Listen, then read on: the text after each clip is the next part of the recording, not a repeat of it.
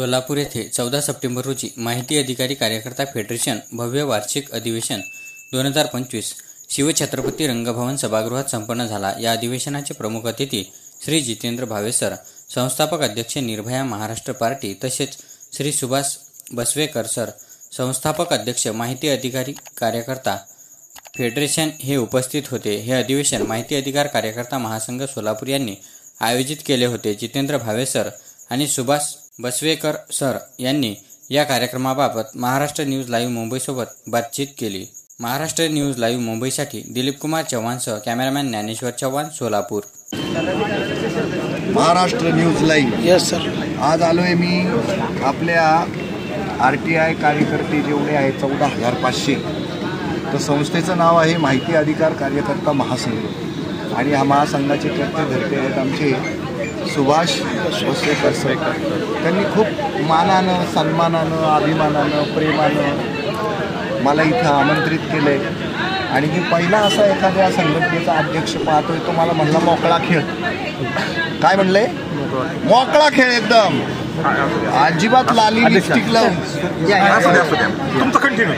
अजिबात लाली लिपस्टिक लावून तुम्ही खेळायचं नाहीये। तुम्ही मोकळं खेळायचं, नॅचरल खेळायचं। उगाच लोकांना चांगलं वाटेल असं बोलायचं नाहीये, काही बोला आणि पण त्याच्यातनं लोक पेटून उठली पाहिजेत आणि देश उभारणीसाठी कामाला लागली पाहिजे असं सगळं बोला। तुमच्या नैसर्गिक स्टान्समध्ये बोला।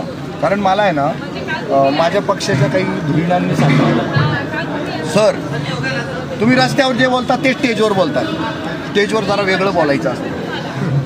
त्याचा तसा दबाव आला होता माझ्यावर। मग सुभाष सर भेटल्या मी म्हटलं माझ्या सगळ्या सल्लागारांनी मला असं सांगितलं की तू नुसता रस्त्यावरला दिसतोय, तू नुसता बंडखोर दिसतोय, तू नुसता चळवळीतला कार्यकर्ता दिसतोय, जरा नेता बन। तर म्हटलं मग नेता बनवू का काय करू? ते म्हणले नाही, तुमचं ओरिजिनल जे आहे ना तेच बोला, खरं खरं बोला, बरं बरं बोलू नका, तुम्हाला जे वाटतंय ते करा।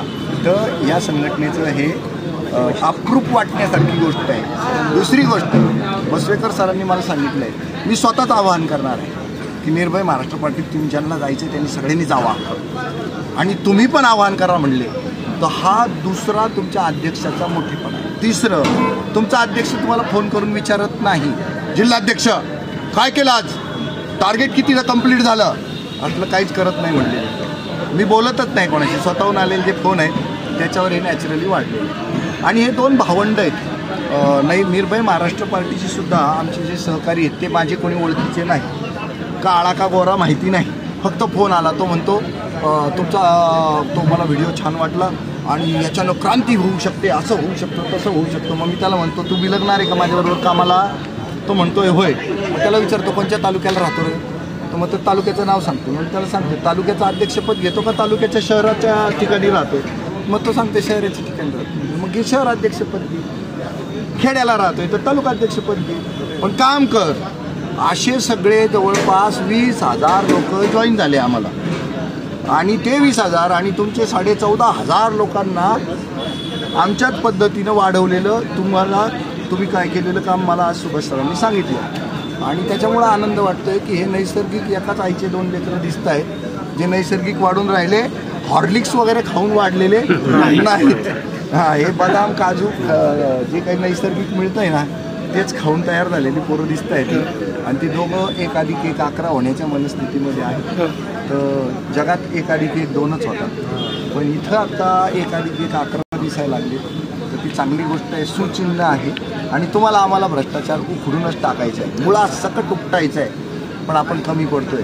कारण मुळासकट काही उपटायचं म्हणलं की भल्ला जोर लागतो आणि अजून भ्रष्टाचाराची पाळंमुळं उखडण्याचं JCB मशीन काय आलेलं ते आलं की निघत। आपण सध्या खुरपे आहोत, आपण सध्या टिकाव आहोत, आपण सध्या फाळ आहोत, नांगराचा फाळ आहोत। अजून आपल्याला JCB बनायला टाईम आहे, सगळे आपण JCB बनवू।